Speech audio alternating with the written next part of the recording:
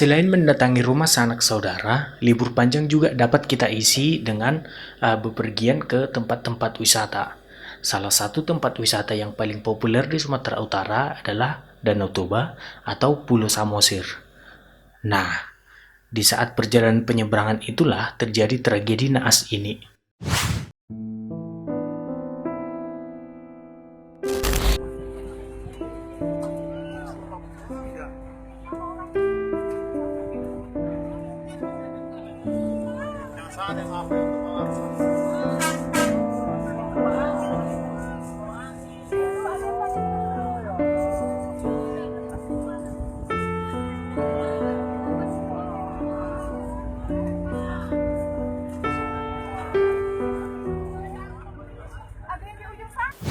Pada saat libur lebaran 2018 itu, di mana saat libur panjang itu, cuaca di Danau Toba memang sangat ekstrim. Nah, BMKG juga sudah mengeluarkan peringatan bahwasannya cuaca di Danau Toba sedang tidak baik-baik saja atau labil. KM Kapal Sinar Bangun ini adalah kapal yang melayani rute dari Pelabuhan Simanindo yang berada di Kabupaten Samosir menuju Pelabuhan Tiga Ras yang berada di Kabupaten Simalungun. Kapal ini adalah kapal lokal yang terbuat dari kayu. Kapal ini memiliki 3 dek atau 3 lantai. Untuk daya angkut penumpang kapal ini katanya sekitar 45 orang sampai 50 orang. Dan tidak diizinkan awalnya untuk membawa sepeda motor. Namun pada saat itu, kapal ini membawa penumpang dari Kabupaten Samosir atau lebih tepatnya di dermaga Simanindo, itu sewanya membludak karena keadaan kapal itu adalah kapal trip terakhir atau pelayaran terakhir yang berlayar menuju Tiga Ras. Nah, pada saat penyeberangan dari Simanindo menuju Tiga Ras atau rute perjalanan KM Sinar Bangun ini, mereka bertolak dari Pelabuhan Simanindo yang ada di Kabupaten Samosir menuju Pelabuhan Tiga Ras yang berada di Kabupaten Simalungun. Nah, pada saat itu, KM Sinar Bangun adalah pelayaran terakhir atau trip terakhir dari Pelabuhan Simanindo menuju Tiga Ras, sehingga penumpangnya membludak dan sepeda motor juga sangat banyak. Perlu diketahui, untuk penumpang kapal ini tidak ada manifest atau pemesanan tiket, lalu pembayaran, setelah itu naik ke dalam kapal. Itu tidak. Nah, kebiasaan juga kapal-kapal lokal di daerah Danau Toba, itu penumpang itu tidak terdata awalnya. Jadi ketika pemberian ongkos ataupun tarif itu berada di tengah danau. Jadi ketika kapal itu berangkat, di pertengahan perjalanan nanti kru kapal akan meminta tarif atau ongkos di kapal tersebut. Begitulah biasanya perjalanan penyeberangan dari kapal kayu rata-rata di Danau Toba. Pada saat itu BMKG sudah mengeluarkan peringatan cuaca sebanyak 2 kali, yang artinya lokasi di Kabupaten Samosir atau lebih tepatnya di Danau Toba itu ya, sedang terjadi cuaca ekstrim. Dan hari-hari sebelumnya juga memang sudah terjadi cuaca yang tidak stabil di Danau Toba. Kadang ombaknya besar dan anginnya kencang. Namun pada hari naas ini cuaca memang sangat-sangat ekstrim pada saat itu. Jadi bisa kebayang ya. Jadi pada saat itu memang cuaca di Danau Toba itu sesuai dengan keterangan BMKG, memang hari itu akan terjadi cuaca yang cukup drastis dengan angin yang cukup kencang, sehingga katanya nih ya dari BMKG-nya ada pemberitahuan bahwasanya pada hari itu juga tidak ada kapal yang berlayar di Danau Toba. Namun pihak pelayan dari pemerintah yang ada di Kabupaten Samosir itu tidak ada larangan. Bahkan dengan kapal yang katanya nih overload atau over kapasitas penumpang itu tidak dilarang. Nah, setelah dek 3 penuh, dek 2 penuh, dan dek 1 pun penuh, dan motor atau sepeda motor yang dibawa kapal ini pun sudah penuh. Bahkan nih, penumpang hampir berdesak-desakan di dalam. Kapal ini pun awalnya berangkat dengan tenang dari Pelabuhan Simanindo. Hingga sekitar 20 menit setelah keberangkatan, mulailah angin semakin kencang dan ombak ya semakin menderu kencang. Nah, hal itu membuat kapal terombang-ambing karena ya kebayang ya, ombak di danau itu memang tidak setinggi ombak di laut, tapi ketika ombak datang, posisi kapal di lantai 3 full, di lantai 2 atau penuh over kapasitas, jadi kapal itu pun terombang-ambing. Hingga akhirnya di saat ada ombak besar, kapal itu pun terhempas. Jadi kapal itu dihantam ombak. Setelah kapal itu dihantam ombak, beberapa penumpang itu terlempar yang berada di dek 3, hingga akhirnya kapal itu pun terguling atau terbalik ke sebelah kanan. Dan seketika itu semua penumpang pun panik. Hingga sampai akhirnya kapal terbalik ke sebelah kanan. Nah, di situ penumpang semua, ada yang terjebak di dalam kapal dan ada yang berhasil lolos keluar dari dalam kapal. Mereka berenang di danau itu, sempat mengejar kapal karena pada saat itu lambung kapal masih terjungkil di atas atau masih berada di permukaan seperti yang di video ini nih.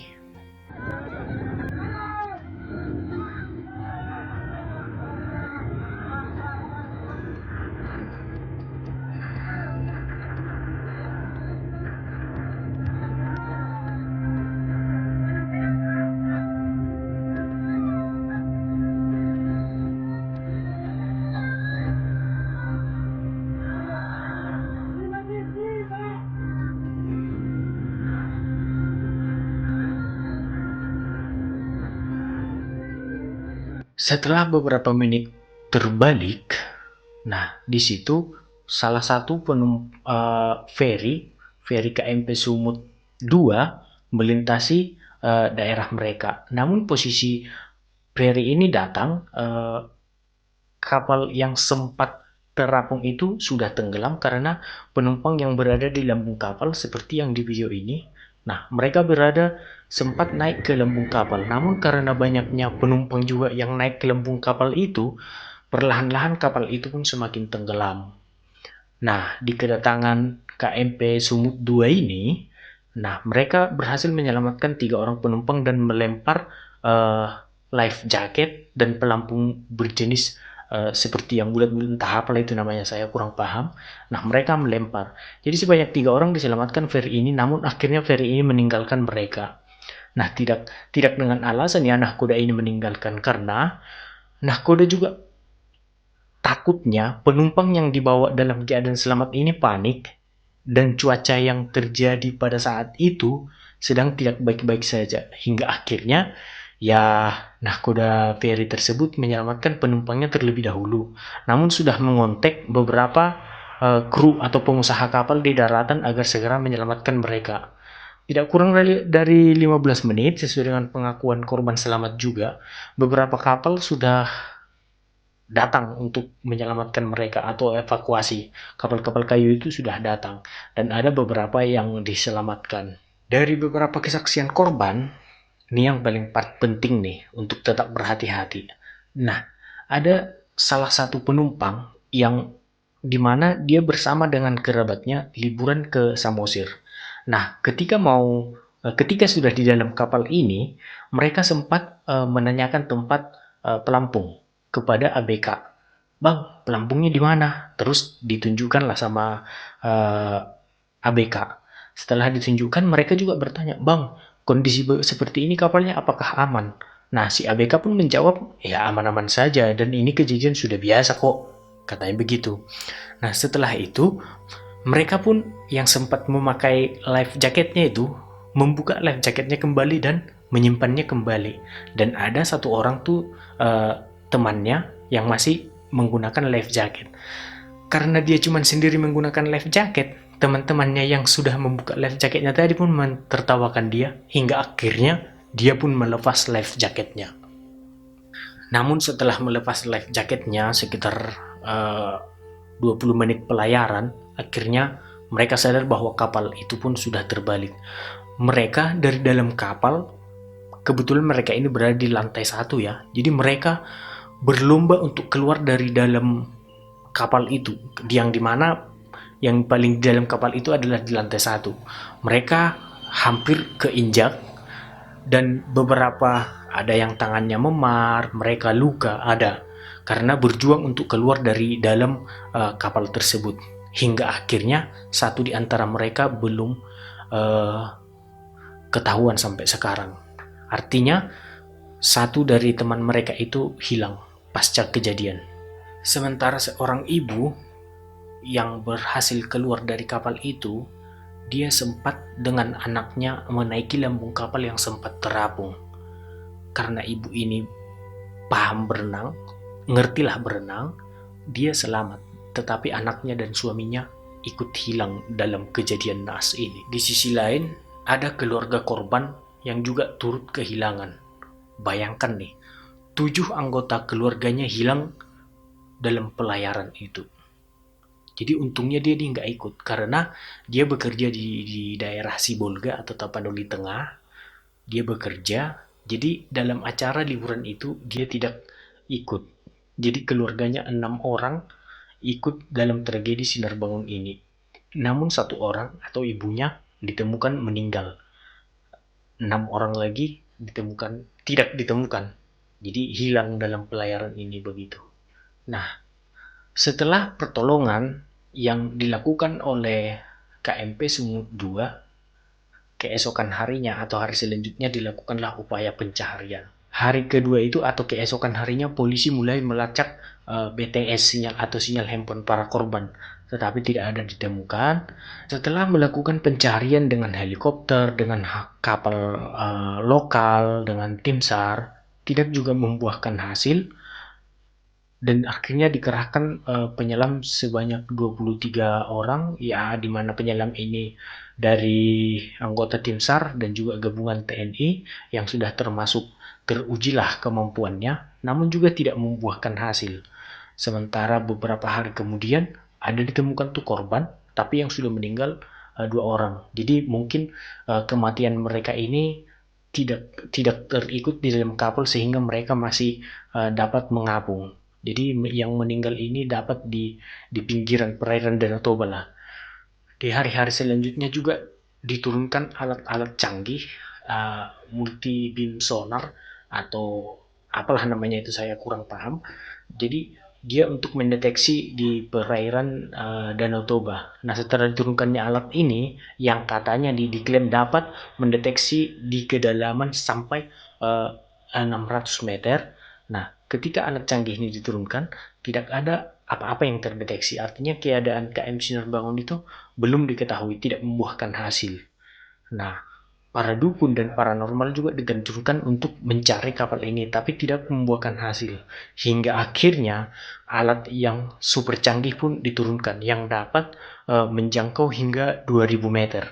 Nah, jadi ketika alat ini berjalan di danau itu, dia dapat menjangkau sampai kedalaman di 2000 meter.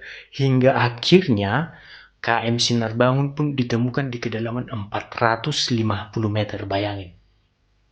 Jadi alat yang 600 yang dapat menjangkau 600 meter tidak menemukan. Tetapi ketika alat yang dapat menjangkau 2000 meter itu ditemukan di kedalaman 450. Loh, kenapa tidak yang 600 itu saja mengetahui bahwasannya ini di 450 begitu. Tapi itulah mungkin kecanggihan alat itu. Nah, setelah dilihat melalui alat itu,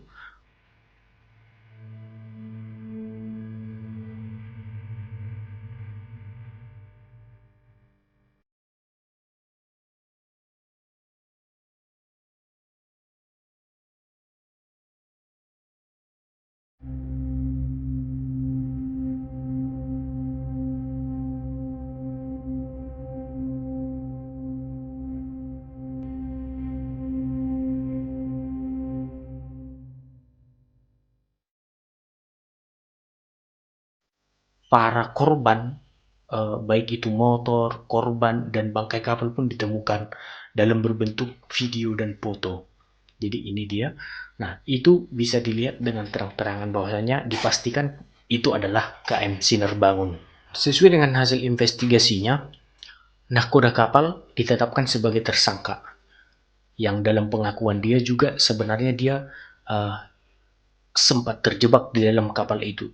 Jadi setelah kapal terbalik, dia di dalam terjebak, yang akhirnya dia memecahkan kaca, lalu keluar dari kapal itu dan sempat berada di lambung kapal itu terombang-ambing. Ya karena nahkoda biasanya memang di Danau Toba itu teruji ya, dan bisa berenang hingga akhirnya pun dia selamat. Tetapi tetap yang bertanggung jawab di kejadian ini adalah salah satunya nahkodanya dan telah dijadikan jadi tersangka. Di samping itu penjaga pos pelabuhan, petugas honorer di pelabuhan Simanindo ditetapkan sebagai tersangka karena dianggap lalai dalam tugasnya. Dan kepala pos pelabuhan Simanindo juga ditetapkan sebagai tersangka yang dianggap mengambil atau menerima retribusi tapi tidak memperhitungkan keselamatan keberangkatan kapal di sana. Selanjutnya tersangka adalah Kepala ASDP Kabupaten Samosir yang termasuk juga lalai dalam menjalankan tugasnya. Setelah ditetapkan beberapa tersangka, akhirnya pada tanggal 13 atau pencarian ke berikutnya dilakukan perundingan dengan anggota keluarga korban karena posisi KM Sinar Bangun yang berada di kedalaman 450 meter itu, jadi tekanan airnya di bawah sangat tinggi dan proses evakuasi juga tidak mudah kata tim SAR, dan itu tidak pekerjaan yang mudah dilakukan dan memakan banyak biaya. Nah, di samping itu, kalaupun akhirnya kapal Sinar Bangun dievakuasi, misalnya nih mayatnya, bisa jadi yang didapatkan itu karena tekanan yang lebih besar di sana, jadi bisa jadi yang keangkat itu kepala atau hanya tangannya. Jadi tekanan air itu bisa jadi badan ini menjadi pecah. Jadi boleh nanti di searching berapa tekanan bar air itu di setiap kedalaman sehingga itu diperhitungkan dilakukan proses evakuasi sangat-sangat tidak mungkin, bukan tidak mungkin atau sangat-sangat susah. Dan akhirnya juga kita tidak akan dapat apa-apa selain ya potongan-potongan tubuh mungkin. Jadi itu adalah pertimbangan dari pemerintah kita sehingga eh, proses evakuasi dari kedalaman 450 meter KM Sinar Bangun itu tidak dilakukan.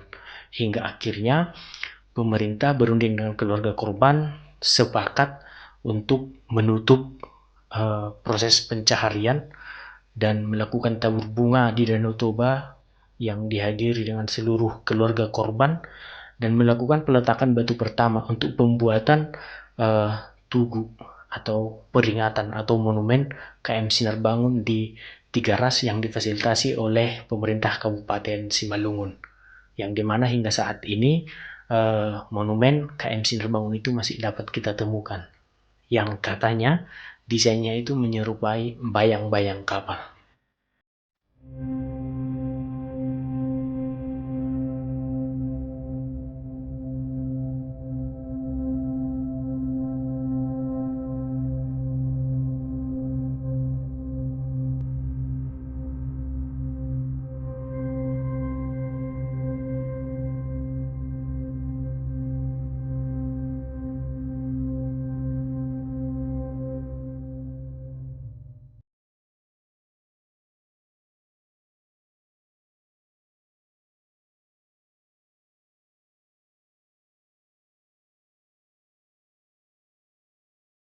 Oke, kiranya cukup sekian yang bisa saya jelaskan. Jikalau ada informasi yang simpang siur yang termasuk dalam video ini, bisa kalian tambahkan di dalam kolom komentar.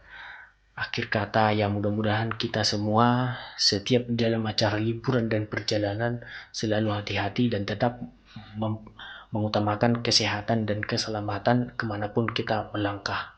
Semoga Tuhan melindungi kita semua. Sekian dan terima kasih.